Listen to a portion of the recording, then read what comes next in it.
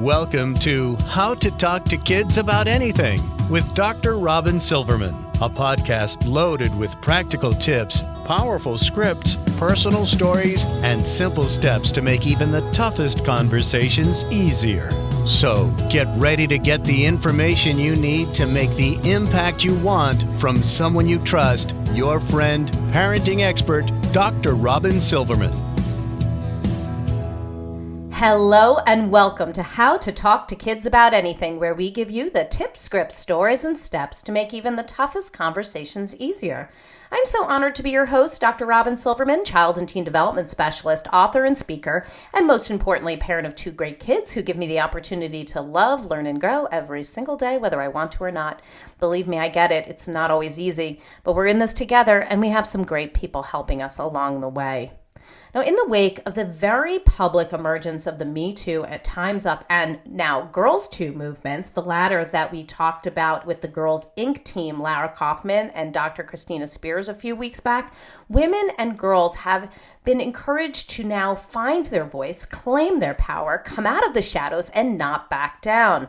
But with a history of messages that tell girls and women that they need to be perfect, they shouldn't break the rules, they should be nice, they should be quiet, they should look pretty, take a back seat and downplay their own success to avoid making others feel uncomfortable or be seen as full of themselves, we wouldn't want that. It's a challenge for many to reinvent what it really means to be a woman in 2019. It takes mental strength.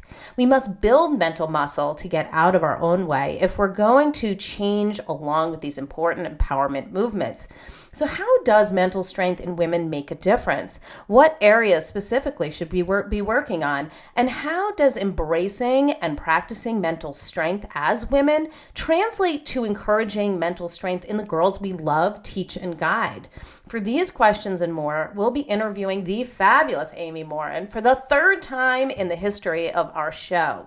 Now, Amy Morin is a licensed clinical social worker, college psychology instructor, and psychotherapist. She is the author of the bestseller, great book, 13 Things Mentally Strong People Don't Do, as well as 13 Things Mentally Strong Parents Don't Do. We interviewed her on both of those books previously.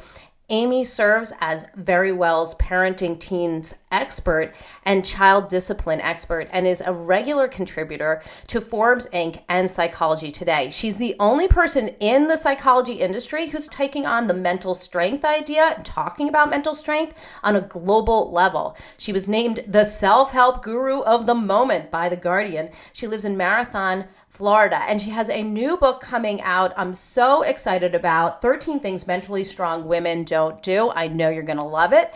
I'm always excited to have Amy Morin on the show. So welcome, Amy. Third time's a charm to How to Talk to Kids About Anything. Absolutely. Thanks for having me back again. I'm glad to have you back. I think your information is so important and relevant. And before we get into the meat of the matter, for those who haven't yet gotten their hands on your newly released book, 13 Things Mentally Strong Women Don't Do, tell us what it means to have mental strength and what inspired you to write this book about women right now. Well, there's three parts to mental strength. It's the way you think, feel, and behave. So when it comes to thoughts, it's about knowing how to think realistically rather than exaggerating the negative or dwelling on things that aren't helpful. It's about knowing how to make your thoughts productive. The second part is the emotional part, which is about knowing that you can cope with uncomfortable feelings, but also that you have the power to change your emotions. When you're feeling down, you can cheer yourself up. When you're angry, you can calm yourself down. And finally, it's about knowing how to take positive action. So even when you're in a situation that's really rough or you're encountering things that are painful and difficult, what can you do to make your life or somebody else's life at least a little bit better? And after I wrote my first book, I had a lot of questions from people about raising mentally strong kids, which is where the second book, the parenting book, came from. But after I wrote that book, I had so many questions from parents, especially moms, about raising mentally strong daughters and being mentally strong women in today's world. And I think we have so many role models of what we think mental toughness should be, but usually it's a Navy SEAL who is really muscular and somebody that can put their body through all sorts of physical pain. But then women just didn't have a lot of examples. How do you still be nurturing and caring and loving, and how can you be feminine and yet strong at the same time? And so I wanted to write this book as a way to show women, what does it mean to be a mentally strong woman? How do you raise mentally strong daughters? And then how do you raise men also to be aware of some of the challenges that women face? And in researching and writing this book, I really wanted to make it clear that there are a lot of cultural influences. There are a lot of things that women face that men don't. A lot of it's subtle. A lot of it goes back to the way we treat girls during childhood. And it influences us as women as we're growing up, how we see ourselves, how we view our potential. And so I really wanted to write this book to spread more awareness, break down barriers, and help women become the strongest and best versions of themselves. I love that answer. And I like that you're referring to a variety of different age groups that, yes, this is about what mentally strong women don't do, but this starts early on. I know in your book, you have 13 different areas that women should focus on so that they can become mentally strong and avoid sabotaging themselves in each particular area. So can you tell us, what are a few takeaways that women at different stages of their lives, whether they're teens or they're adults in the workplace or they're mothers, what they should keep in mind as they are building mental strength?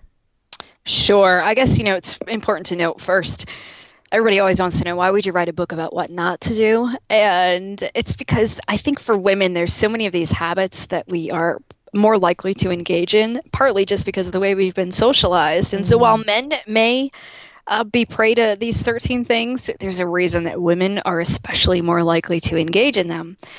And to pick just a couple of them, I would say one is that mentally strong women don't fear breaking the rules. And there are so many rules that us as women tend to follow. And you mentioned some of them in your introduction. They're the unofficial rules, like women are supposed to be polite and they're supposed to smile and be kind and not be angry. And we give boys a lot of freedom, and their research will show this, especially in America, that teachers, coaches, parents give boys a little bit more of a free pass when it comes to breaking the rules. We have this mentality that boys will be boys and they can misbehave, but that girls shouldn't, and that girls should be polite and quiet and well-mannered. And because of that, we're raising girls to follow a certain set of rules. But we know that sometimes rule breakers are the ones who get out there and change the world. And even this study on 6th grade kids found that kids who break the rules in the 6th grade are more likely to become millionaires later in life. Interesting. Whether they're disruptors or they're entrepreneurs or innovators, whatever it is, that they can kind of look at things in a different way. Not that being rich is the epitome of success in life, but I think it's just interesting to note that when we are instilling these things in girls, and they grow up to be women who think, I always have to follow the rules. And an example of how that can play out in adulthood is when we look at job advertisements. If a job advertisement says you need 15 years of experience, men are likely to apply when they have about 12 years of experience because they think close enough. Women, on the other hand, think, well, if it says 15 years, that's the rule. That's what they're looking for. And they don't apply. Even if they have 13 or 14 years, they think, I don't have 15, so I'm not going to go for it. That's just one simple example of how women, it's okay to sometimes break the rules, do things a little bit differently. Look outside of what you're doing and think, well, how could I do something different? Or what would happen if I broke this rule, whether it's an official rule or more one of those unofficial stereotypes that we hold on to. So interesting. And I agree that is something that we hear about throughout our lives, rules of what women are supposed to do, what girls are supposed to do. And we take these with us, whether it is in school or we take them with us when we are in college or in graduate school, or if we're women in the workplace or in the family. So it can be challenging when you're taking these with you. There's other things that we also seem to take with us. We hear about sexism in the workplace. We hear about cyber sexism. We hear about cyberbullying. We hear about so many different things that we are now referring to more often now with Me Too and Time's Up. And it's easy to anticipate that many women and girls might not feel so mentally strong when faced with these types of situations, given that we are embracing this Me Too and Time's Up area of history. And I would love for you to talk about what mentally strong women won't do or don't do when facing these types of situations, or even the potential of those kinds of dangers in everyday life. Sure. There's a whole chapter in my book about staying silent and the importance of not staying silent. And it's not to say that if you don't speak up that you're somehow weak, but it is important to note that harboring secrets, like if you were harassed, you were abused, you were assaulted, that when you don't tell anybody, that drains your mental strength when you feel like you have to keep it a secret and there's some level of shame there. And so, it's always up to women to know, when does it make sense to come forward? Do you tell your boss if your coworker is harassing you? Do you call the police if you were assaulted? That's a very individual decision to make. But I always encourage women to at least tell somebody, whether you have a friend, a nurse, a therapist, somebody that you can talk to, so that you don't feel like you're so alone in this. And I think that's been one of the greatest parts of the Me Too movement, is for all of us just to realize it's not just me, that so many of us have at least a few stories of times when we've been in situations that where somebody abused their power, or when somebody said things that were inappropriate, and it's embarrassing and we don't know what to do. And for so long, nobody was talking about it. And so I think for now, to just be able to talk about it, whether you share with a friend, you are willing to post something on social media, or you just open the door for other people to come talk to you. I had a friend who had put on social media, she said, gosh, I was dealing with sexual harassment at work. I didn't dare tell anybody. But I just want you to know, if that's ever happened to you, I'm open to conversations, no judgment about what you did, if you dealt with it or you didn't tell anybody. But I just want you to know you're not alone. And she said she got all sorts of responses from some people that were just acquaintances, some people that were good friends, but they'd never discussed it. And it just opened the door to some conversations about it. So mentally strong women don't stay silent. And I would love to just challenge this for a moment, because you opened your book with this great story about when you were a young student and your teacher was putting on some bonus questions around sports that had nothing to do with math, even though he was your math teacher. And when you took a makeup test and you got the baseball question right because you were so into baseball, he assumed you had cheated, because how could a girl have gotten this correct?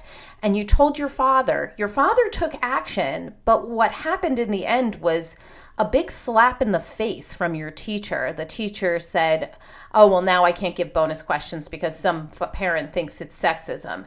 So what happens when you do open up just to challenge the situation and you get a response that isn't all that supportive?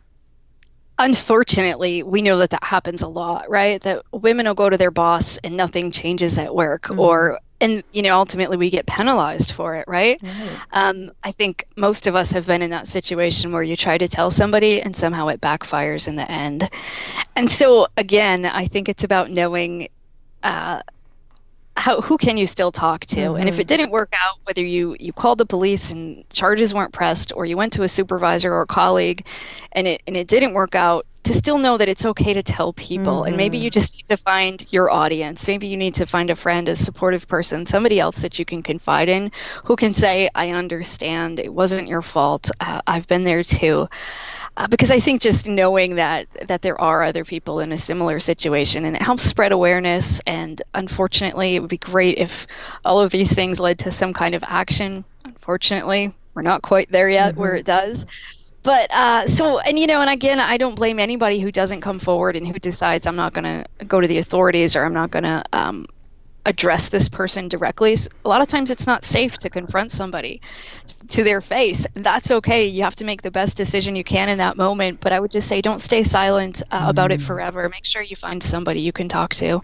Yeah, I think what you're saying is really important. I just want to put high beams on this. It's not about telling somebody so that something might necessarily change, but that you feel supported, that you know that you're not alone, that somebody believes you. In your case, in this case that I was just talking about, it's your father went to bat for you and said that's not okay. And there must have been something that was very satisfying about that. And now with you telling the world about it, that other people are learning from this story, that this is not the end, that when you talk about this, then you don't stay silent. Things maybe in the immediate world don't change, or in that particular situation don't change, but your father probably regarded you as very strong for telling him, and also other people are probably benefiting now many years later. I hope so. I think it's one of those stories of something that happened, when I was in junior high. So it was 25 years ago at this point. And at the time, again, a lot of us didn't think much of it. And I'm still friends with a lot of the same people I was friends with in junior high. So interestingly, I've asked them now, do you remember that math teacher that used to do that? And a lot of my female friends are like, oh, I hated that math class, and I hated that he used to ask us bonus questions about sports. But again, none of us liked it, but yet we tolerated it. It was only because I was accused of cheating that we sort of went forward with this. But I think for a lot of us, it's given us insight into, okay, the world has changed. Yes. I don't think teachers would get away with nearly as much as now as they did then. We still have a ways to go. And in the book, I talk about some ways that we are still giving boys unfair advantages. But I think sometimes it's just helpful to realize, okay, we've come a long way. Things have really changed, and we're making progress. And in talking about my story, it was a story that's it's nothing that I really spent much time thinking about. And then when I went to write the book, I really started thinking about it. And I remember I actually just went to my dad the other day and said, hey, Dad, do you remember that story? Because I put it in the book. And he said, oh, yeah. He said, I can't believe he used to do that. And it made an impact enough on my dad that he still remembers this story. But so I think just now, just talking about stuff, even if it was something that happened 25 years ago, just having somebody else say, gosh, that wasn't okay that happened to you, can be quite healing. Yes, right, exactly. There's not a time when it's expired. Like there's no, you shouldn't. It's not worth talking about, even though you were 6 or 10 or 15. Like this is a great time to be sharing your stories and other people being able to really be there for you, because as you said, it can be very healing. I have to say, when I was reading the story, I was getting infuriated. It really struck a nerve in me. So I bet you it will in others. I'd love to go specifically through your book. Your book is organized so beautifully. It's just so easy to take in and read. And I'd love to look at some of the areas of mental strength, of the things that mentally strong women don't do. Given that there are examples of women in our lives, the examples that women have in our lives, they rub off on our girls.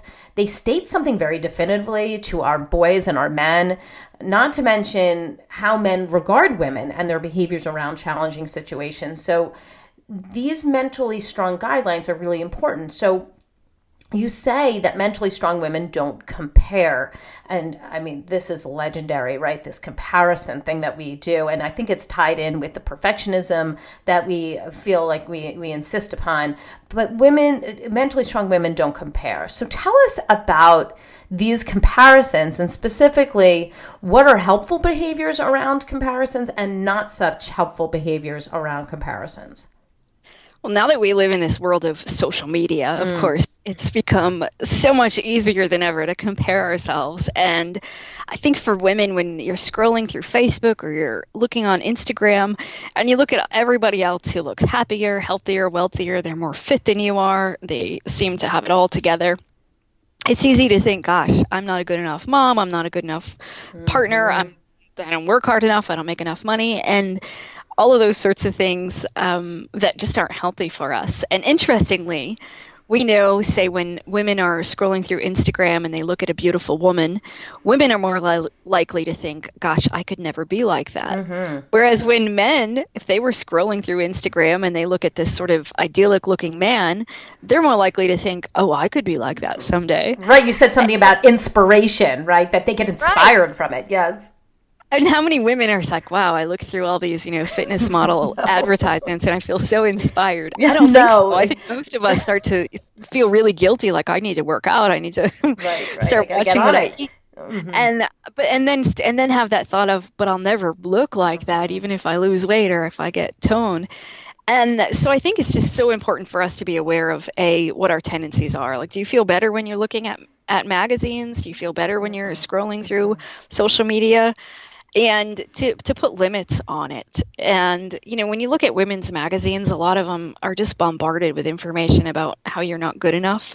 A lot of advertisements for women are really focused on, if you buy my product, then you'll finally be enough. And I think that it just becomes so easy for us to compare ourselves, and that message definitely trickles down to kids, whether you are outwardly saying somebody else is a better parent than you are, or somebody else is, healthier, happier than you are, or your kids pick up on it just because you think that way. If you're self-conscious about how you look, what clothes you're wearing, how other people are going to perceive you, then kids know. They figure out it's because you're comparing yourself and thinking you don't measure up. Absolutely. Absolutely. And I heard you, even when you were talking about it just here and now, where you're like, they're smarter, they're better, they're prettier, that you talk about that ER at the end of each word, and how that just, that really kills us in terms of our comparisons and how we feel, that the emotion that comes about it. We know that there's tons of studies out there now that say that when girls and women look at photos of other women, if they look at MTV videos from the past, or they look at advertisements, that they feel worse. And yet we invest so much time during the day doing those very things. We're on social media scrolling, and we are comparing. So I'm imagining that putting a limit on it can certainly assist us, but also just being aware that it's happening right now. I need to shut this down. Right. And studies will show, too, if we look at other people as opinion holders rather than competitors, then we can actually learn from them. So if somebody else does have a more prestigious job than you, maybe that's a fact. But rather than thinking that you're in direct competition with that other person, just think maybe that person has information that could help me. So if you befriend people, talk to them, learn from them, and you look at it more like a learning opportunity rather than a chance to put yourself down and a reason to think you're not good enough, but to instead just be, okay, how can I learn from this individual? Then you aren't necessarily going to feel as bad about yourself. Instead, you might actually feel a little bit more inspired about changes you want to make. So important. And I think what you're saying is just makes a lot of sense to all of us, because so much of the time we do this. I know that you also say that mentally strong women don't see vulnerability as a weakness. And anybody who knows about Brené Brown and her focus on vulnerability, she does such good work. We know that vulnerability is an area that we need to embrace, but so often we don't. We need to be strong. We need to put on a strong persona. So what is the cost of seeing vulnerability as a weakness, and what should we be doing instead? I see so many people who, they have the wall up and they feel like they need to look like they're perfect, because, of course, letting somebody in means maybe they will judge you, maybe they won't like you, maybe when you put yourself out there, maybe you'll get rejected or criticized. All of those things are scary, but, of course, the cost is you can't really be your authentic self. You can't form true, healthy relationships with people if you aren't willing to be vulnerable, and you can't reach your greatest potential. I think there's that misconception that acting tough is the same as being strong, and that acting as though nothing ever hurts you, that you don't have any problems, and that you don't need any help is all about just trying to put on the persona that you're tough. But of course, being strong, you need to ask for help. You need to admit that you don't have all the answers, and it's okay to put your guard down and ask for help. But that's tough to do. And that's tough to do because it requires a fair amount of mental strength. You have to be a strong person to say, gosh, I can't do this, because it's humbling to do that. But it's so important if you want to form true, deep connections with people and you want to reach your greatest potential, you have to do it.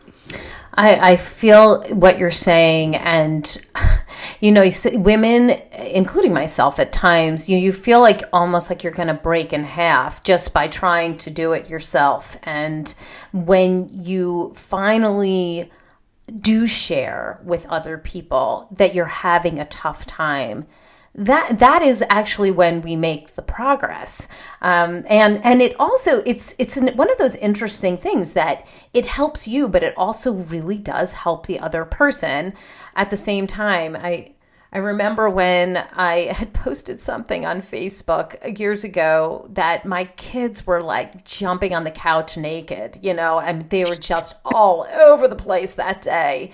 And, one of my colleagues and friends, Melissa Wardy, wrote in, and she was like, thank goodness this is happening at your house too, because if it's happening at your house as a child development specialist, then I do not feel so bad. And I'm like, yes, it does not make it so I don't have the same issues as everybody else just because I'm a child development specialist. Like, this is happening. It is frustrating just like anybody else. Like, I lose it sometimes. I, just ask myself why this is happening. And especially, having the knowledge, I'm like, this shouldn't be happening, right? So we put extra pressure on ourselves. So being vulnerable and admitting it, it's like this two-way help. It helps you because you're getting the support, but it's helping the other person because they're like, oh, I'm not so alone. Right. And I think especially in today's social media age, it's so easy to just put up those pictures of happy and, how great your life is. And similarly, I had a friend the other day who said, I just had professional family photos taken and I was going to sit down and put those photos up because I look really cute in them. She said, but then it dawned on me that, that's not necessarily real life. That was just something that happened yesterday. It was a professional photographer that came in and took those pictures. This is real life. And she showed a picture of her dustpan filled with dirt. She said, I just sweep the floor for the first time in a week and this is what's on my floor. And she said, that's real life. And the comments she got from people who were just like, oh, hallelujah. Because I can relate to that. Exactly. And, and I think it's fine to post the happy photos and the photos that are professionally done and the ones where you look great. But I think it's also important to know that sometimes people will be more impressed with you and they'll want to be friends with you and they can relate to you when you also post the not so happy moments too. Yes, absolutely. I agree with that. So in your chapter about self-doubt and how mentally strong women don't allow self-doubt to get in the way of reaching their goals, I was immediately reminded of the extensive research done on girls and boys and how they regard their own brilliance at young age. And you wound up putting that research in the book. I'm like, yes.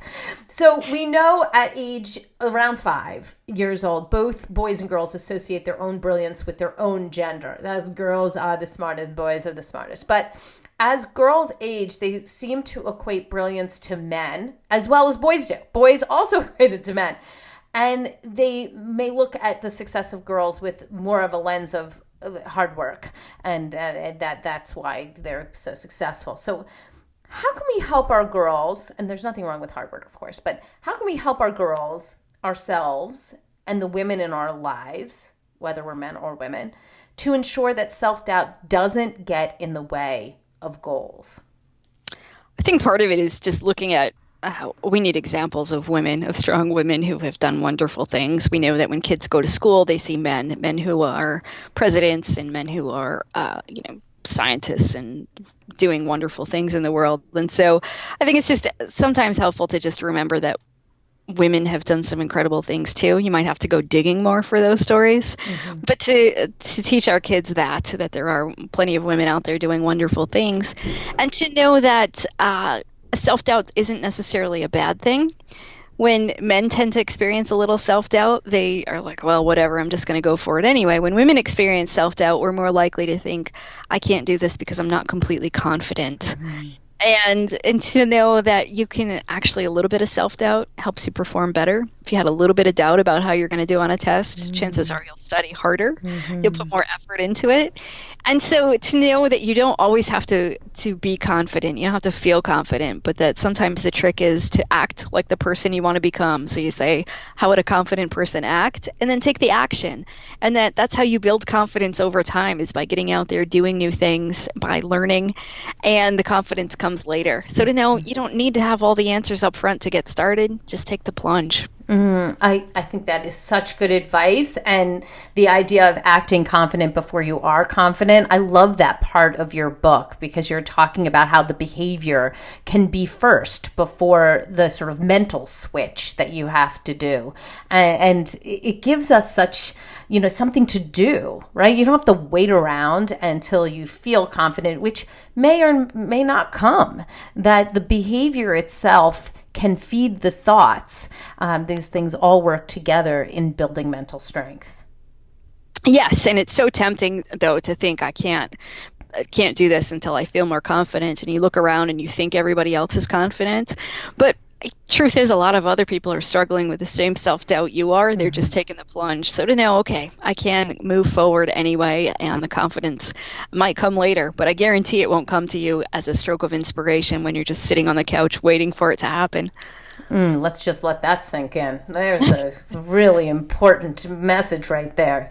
Okay, so you talk about how mentally strong women don't allow others to limit their potential.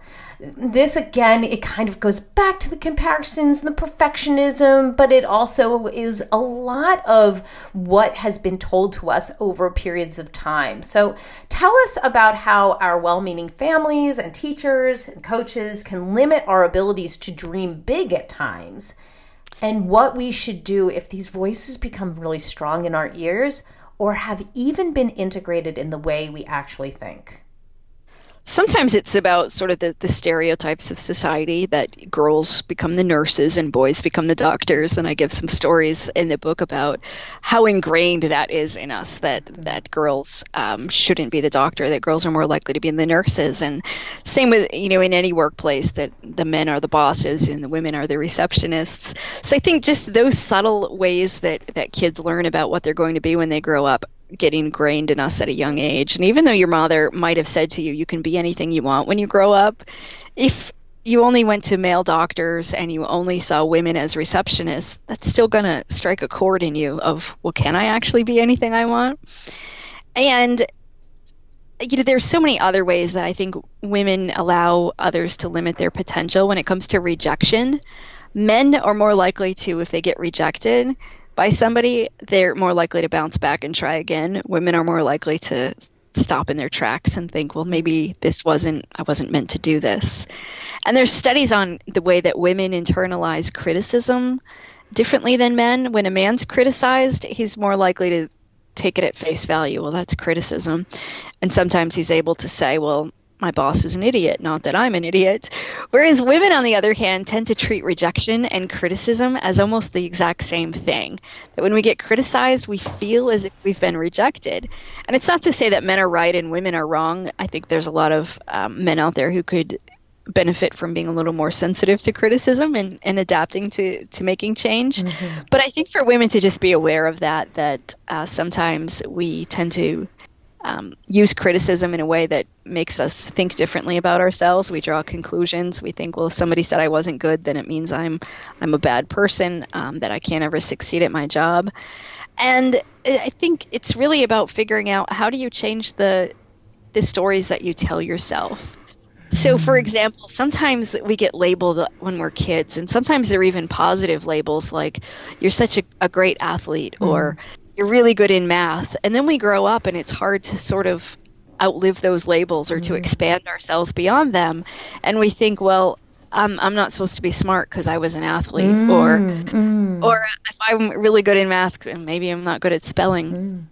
And I worked with a woman one time who her dad used to say, half jokingly to her, it's a really good thing you're pretty, honey, because nobody's ever going to like you for your brains. And she said, growing up, then she just sort of took the assumption that she wasn't very smart, and she put all of her energy into her appearance, and it created lots of lifelong problems for her. So I think it's just important to be aware of the labels, the stereotypes that we hold, the way that we view ourselves, and as adults to figure out how do you change some of those core beliefs, and how do you be in control of the dialogue that you have in your head. You can't control what other people say or how they treat you, but you can control how you talk to yourself. And so sometimes it's just about making a mental shift of the conversations you're going to have with yourself to treat yourself with more self-compassion. Yes, when I'm speaking, one of the main presentations I do is on defining your I am. And some of those I ams are so ingrained regarding negative things. I am stupid, or I am an athlete, and then they can't sort of get out of that box. And I ask them whose voice that is. And it takes some digging. But when they do some digging and realize that that voice may not be from them, but it actually could be from somebody else, and they kind of otherize that voice, they can start to take ownership of defining themselves. And I really am struck by what you're saying in making sure that we take back our own identity and realize that somebody's idea of who you are or who you're supposed to be doesn't mean that that is who you are to become. You decide on who you are to become. So love that complete idea, and it really resonates with me. I like the way you worded that, though, the I am and fill in the blank. I think that's really quite powerful. Thank you. Yeah, I tell people it's like you're wearing it like a cape, like it's your thing, and sometimes we just need to break that down and say, well, if we were really to define ourselves and go into our own core and really think, how do I want to be defined? But also, who do I authentically feel I am? That it can be a really powerful change. And realizing that how you've been defining yourself may not be how you define yourself at all. It's actually could be somebody else. It just fits in so nicely with what you're saying. And I think it's important, especially when we're talking about those well-meaning families. We're like, you're an athlete, like you're so good. I think that's like it's a nice thing to say, Right. Yeah. So I'd love to talk a little bit about scripting. And specifically, I love the whole idea of this separating fact from fiction that you're talking about, sort of the stories that you're telling yourself, especially in the chapter on not blaming ourselves when things go wrong. You talk about that in there. You talk about asking questions like, do I blame my behavior or my character? So important. And what's the percentage of responsibility that I bear? So I would love to find out, let's say that a girl in your life or a woman in your life who's important to you, you find them blaming themselves often for things that are happening. And on the one hand, of course, we want our kids, our girls, anybody to be accountable for their behavior. But what are some strategies that help us to sort of change this old story to the new story and allow us to talk through with somebody how they can take responsibility without going down a spiral of blame and shame? Yeah, I think that's really important because so many girls and women, if you've ever met somebody who maybe apologizes for everything, I'm sorry. And it might even be, that I showed up 30 seconds early, but I should have been here 10 minutes late or something, just sort of ridiculous things that I think we've probably all encountered at least one woman in our lives who apologizes almost for taking up space or being alive, that they just are profusely apologizing. And I think sometimes we see girls who do this too. They take on so much blame of, it's all my fault because the team lost and it's because I missed that one basket. So I think it's really important when we encounter people in the close friends, family members, kids that we really want to help with this problem, that sometimes it makes sense to just kind of turn the tables on them and say, if your friend said that, what would you say to your friend? So if you say you have a 10-year-old who says it's my fault the team lost because I missed the basket, you say, well, what would you say to somebody else on your team if she said that? And she might say, well, I'd say it probably wasn't all her fault because we all missed baskets. Oh, okay. Well, what if you gave yourself that advice?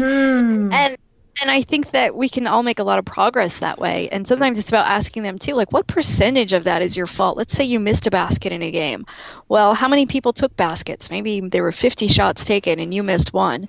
So then what percentage of the loss is actually your fault? So sometimes it's about helping other people separate fact from fiction, really looking at the issue. Writing things down, I think, can help us be less emotional and more rational about things. So if you have a friend that you sit down with and you say, let's write this down then, what percentage of this was your fault, and how might it be somebody else's responsibility too? Maybe somebody's talking about their failed marriage. Well, what percentage of this might be your partner's responsibility too? What kinds of things led to this? And just help people figure out, how do you take on an appropriate amount of responsibility without accepting too much blame? Yes. It's a balance, because of course we don't want to be like, there's nothing that you need to take responsibility for and that it's everybody else's fault. Of course we don't want to do that. But we're talking about when somebody is then taking on all of the blame and making it so they feel like they've lent nothing to a team. They've lent nothing successful to a marriage, and they are only a detriment to the situation, which I imagine from reading your book would also impact their desire to take risks. Yes. And so when you're somebody that thinks, gosh, I can't do anything right, or something's all my fault, you have all this excessive guilt and blame, then it's hard because you see yourself as a bad person. And that goes back to the whole blaming your character rather than blaming your behavior, because maybe you did make a mistake. Maybe you messed up royally. But to know that doesn't have to make you a bad person. When you start blaming your character, thinking I'm not capable of succeeding, I'm not capable of being a kind person, then you won't go forward and make life better. And I've run into tons of people in my therapy office who end up in this situation where they are blaming themselves and they sort of want to punish themselves almost, because they think I'm not deserving of being happy. And it just sets up this whole vicious cycle where then when they think I'm not deserving of doing anything happy, or I'm not deserving of taking care of myself, they sort of punish themselves, and then they don't create a positive life for themselves or for anybody else. And it's really hard to get out of that cycle when you go down that road. Yes, that question is so powerful that you provide. Do I blame my behavior or my character? That character is fixed. It's who you are. It's that I am. But the behavior that you've done, well, that's maybe a one-time deal. Or yes, maybe it's a habit, but you still are in control of breaking that habit if it is a habit to do that behavior. So I really love that question. Is it my behavior or is it my character? Because then again, you're taking it off of yourself a bit and saying, all right, there's a behavior that I did during that game. Maybe I was, distracted and thinking about something else, or I woke up throughout the night, I made myself crazy. I didn't get enough sleep. I ate the wrong thing and I feel really like garbage right now and sluggish. So, there's things that you can then change when you're blaming it on character, on behavior, but it's very fixed if it's, you're only focusing it on character and there's nothing that you can do about it. Right. And I find that sometimes women, especially if they feel like, well, it wasn't just one mistake, maybe it was a period of their life. Maybe in college, they made some horrible choices for a few years, or maybe the first few years as a parent, they weren't the best parent that they could have been for a whole host of reasons. So then they think, well, it wasn't just that I made one mistake, it's that I made 25 mistakes or I made 800 mistakes. So then they really start to internalize that it's their character. So I think it's important to know that mistakes sometimes aren't just something we make once, sometimes we make them for a while, but that doesn't have to be who we are. It can just be what we did. Yes. Oh, I like that one. It's not who you are. It might be just what you did. Let's take that in and put high beams on that one, because it's really important. Again, we're taking off that I am cape and saying, yes, I may have made mistakes, but it's not who I am. Love it, love it, love it. Why don't you give us your top tip, the top thing that we should be considering as women, as mothers, as girls, and as people who love women, who love girls, and who work with girls and women. What is your top tip for what mentally strong women shouldn't do or should do? I think the simplest, but one of the most powerful ones is to just pay attention to the way that you deal with compliments. We know that most women struggle to deal with a compliment because we want to be humble or we don't want to sound like we're bragging. When somebody says something to you, whether it's, hey, that's a great outfit you have on, or they say you did a really good job in that meeting last week, just try saying thank you. Just give it a whirl. It can be so uncomfortable because we know that we tend to do things like we downplay it. We say, oh, this dress, it only cost $10, or we say, oh, that meeting, that was nothing. And we downplay our success so much, or we tend to turn it around and say, no, you're great, because we're uncomfortable with somebody giving us a compliment. And so sometimes that's just the simplest way that you can just start building mental strength and showing other people that it's okay to love yourself and to be confident. When somebody gives you a compliment, just simply say thank you. Such an important thing. I actually was talking about it yesterday. I mean, women are classic, not only to just not take the compliment, but to like deflect it. Like, okay, no, your outfit is nice. You can't even, you have to get this off of me. Like, it's immediately get this off of me. And we were also talking about when I was on the Today Show, there was one of the segments I did was literally on women not being able to take compliments. And it was a segment that I did with Hoda and Kathy Lee. And so we're sitting there and Hoda says, okay, so if I gave you a compliment, like I was wearing my red glasses at the time. She's like, what if I said, I really like your glasses? Like, what can I say? And what could you say? And I said, well, obviously you can quite simply say thank you, just like you were. But that you can also, sure, you can add on to that. You can say, thank you. I really like the color red. And oh my gosh, you should have seen her reaction. She was like, oh no, that's too much. That makes it sound like you are like too into yourself. And I was like, real, like we're there. We can't even declare that we like the color because it may seem like we are too full of ourselves, and that we couldn't even stomach that statement. Not I like them too, or I like the way they look on it. Not even a compliment for ourselves, just like a fact. So it really strikes me when you're talking about compliments, because I think we stink at them. Like, I think that we really, like, it is an area that we need to work on. And, I so appreciate what Hoda was saying there, because it really illustrates the point that we really have trouble in this area. I think that's a great example, but just by saying that you like the color red, it would almost be offensive, or that somebody else is going to think, oh my gosh, she's such a braggart. She said she liked the color red, right? But I think that's a wonderful example of sort of the extremes that we've come to. And as women, the pressure that we feel to always be saying to somebody else, no, you're better than I am. But that you don't have to downplay your success. It's okay to just say thank you. Yes. You can just simply say thank you. And, it's so funny when sometimes when people say thank you, they're like, they're almost embarrassed to say it. But, like they say it so sheepishly.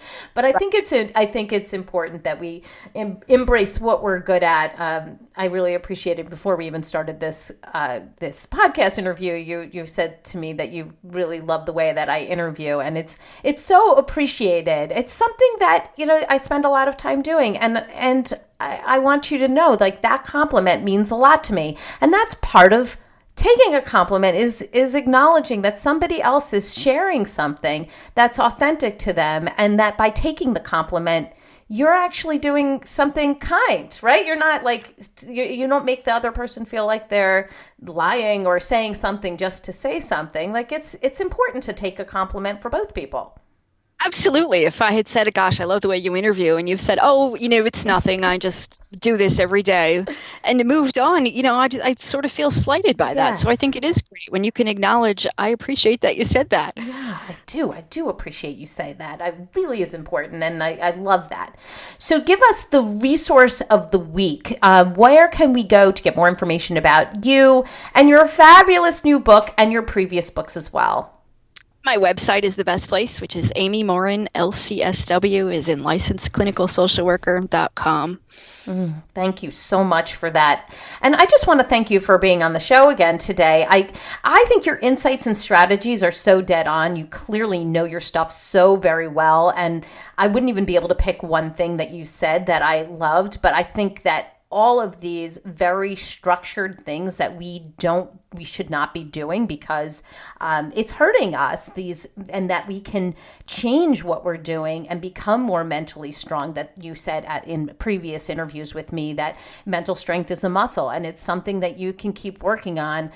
That it applies then, and it applies now, that as women, as girls, we can exercise this taking a compliment. We can exercise not feeling all that self-doubt. We can exercise, not blaming ourselves, and get better and better with all of that as time goes on. Absolutely. And I hope that women and daughters, and that men too, take that from the book, that we can all figure out, what are my worst habits? How do I get rid of my worst habits? Because sometimes you're only as good as your worst habit. If you get rid of one or two bad habits, it makes your good habits so much more effective. And you really do, in the book, give such specific strategies. So I encourage people to take a look at that book. Amy is an international bestseller, so it would not surprise me if this does the same thing. It really does speak to so many people, including myself, and I would just encourage you to take a look, and not only just take a look, but really start practicing some of these mental strength exercises. It'll be a great service to you. And as we know, as adults, everything that we do gets absorbed by the people who look at us, watch us, and are guided by us, whether it's our own children or others. So, know that everything that you're doing is going to impact others. And when we make those positive changes, it will help. So thank you so much, Amy, for being on the show today. And I hope we can do this again real soon. I hope so too. Thanks for having me. My pleasure. Well, I've got my takeaways, and sweet friends, I know you have yours. Let's discuss them. Come up on Facebook, go to the Dr. Robyn Silverman page, or let's chat about it at drrobynsilverman.com or twitter.com/Dr. Robyn.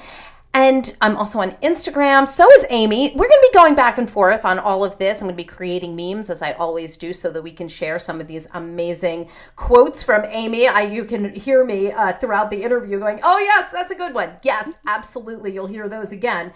And if you love this podcast like I did, I hope you'll go up to iTunes and rate and review it so other people can hear about the podcast and know that these are strategies that we should be using and we can use and that are really helpful. I truly appreciate it. That's all the time we have for today, my fellow parents, leaders, and educators. Thank you so very much for tuning in to How to Talk to Kids About Anything. For more information on books, articles, speaking engagements, or curriculum, please visit drrobynsilverman.com. There's great podcasts up there, and the show notes to this podcast will be up there as well. I look forward to weathering the storms and enjoying the sunny side of life together. And please remember, even on the days when you fall short, you've got this. You're here. You're getting the information you need. You probably heard things all today going, oh, yes, that's when I do. Oh, no, I've got to get better at that. That's okay. Let's not shame ourselves. Let's just move forward. Parenting is the ultimate do-over. I see you. I'm right there with you. And as there are moments when we doubt our know-how, our choices, and our sweet sanity, please know you are 10 times the parent you think you are. Until next time, this is Dr. Robyn Silverman with How to Talk to Kids About Anything. Please tune in again and keep connecting through conversation. See you next week.